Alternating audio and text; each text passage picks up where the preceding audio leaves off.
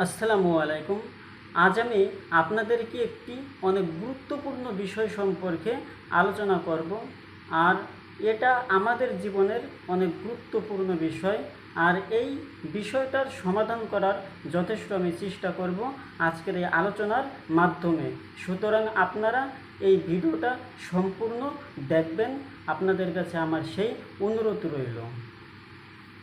আর এই বিষয়টা হচ্ছে, আমাদের অধিকাংশ অভিভাবক, আমাদের অধিকাংশ পিতামাতা তারা মনে করেন যে তার ছেলে যখন প্রাপ্তবয়স্ক হবে তাকে বিবাহ দিতে হবে, তার মেয়ে যখন প্রাপ্তবয়স্ক হবে তখন তাকে বিবাহ দিতে হবে। কিন্তু কোনভাবে বিবাহ দিতে হবে, কোন প্রক্রিয়ায় বিবাহ দিতে হবে, এবং ইসলামী যে সিস্টেম, ইসলামী যে আদর্শ, সেটা কিন্তু আমাদের পিতামাতারা মানে না।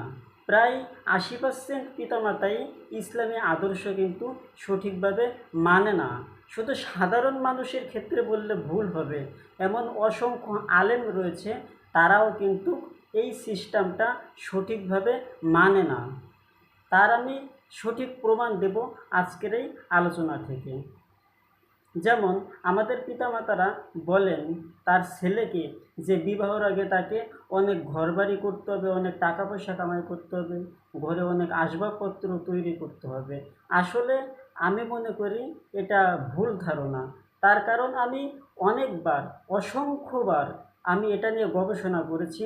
আর এই গবেষণা থেকে এটাই প্রমাণিত যে বিবাহের আগে যে ঘরবাড়ি করতে হবে, টাকা পয়সা কামাই করতে হবে, অনেক আসবাবপত্র তৈরি করতে হবে, এটা হচ্ছে সম্পূর্ণ ভুল ধারণা। আর আমাদের ছেলেদেরকে এটা করার মাধ্যমে কিন্তু পিতামাতারও ক্ষতি হচ্ছে।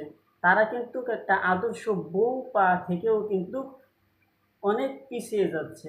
তার কারণ হচ্ছে, আমরা যখন আমাদের পরিবারে সব কিছু বিবাহের আগে তৈরি করব, তখন একটি মেয়ে একটি সাজানো গোছানো সংসারে আসবে।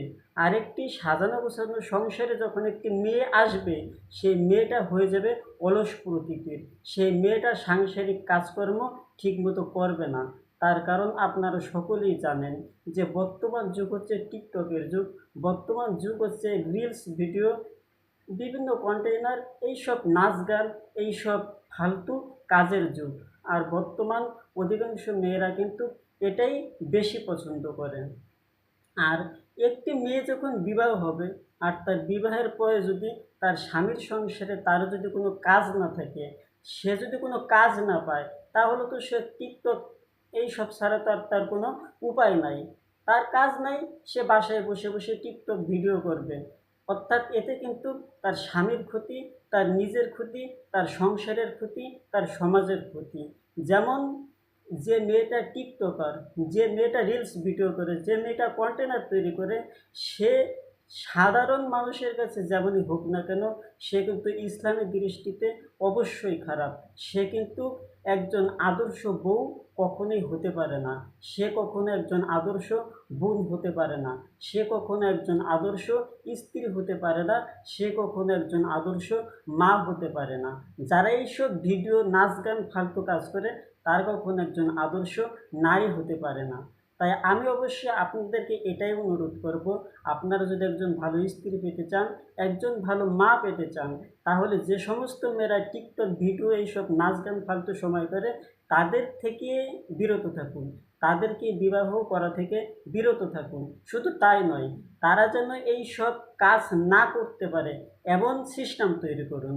অর্থাৎ বিবাহ করার পরে সেই মেয়েটাকে আপনি কোনো হালাল কাজ তৈরি করে দেন, যাতে সে বাসায় বসে সে হালাল কাজ করতে পারে।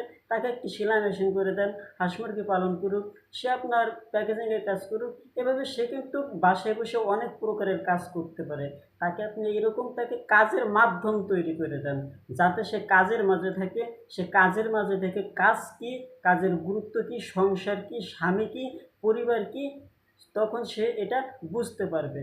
আর সেই মেয়েটা যখন কাজ না পাবে, অলস হয়ে বসে থাকবে, তখন তার তো এই টিকটক করা ছাড়া উপায় নাই। সে অবশ্যই টিকটক ভিডিও করবে। সে তার স্বামীরও খোঁজ নেবে না, সে তার শ্বশুর শাশুড়ি ভাই বোন কারোই খোঁজ খবর নেবে না। তার কাছে তখন প্রধান পেশা হয়ে যাবে এই টিকটক করা।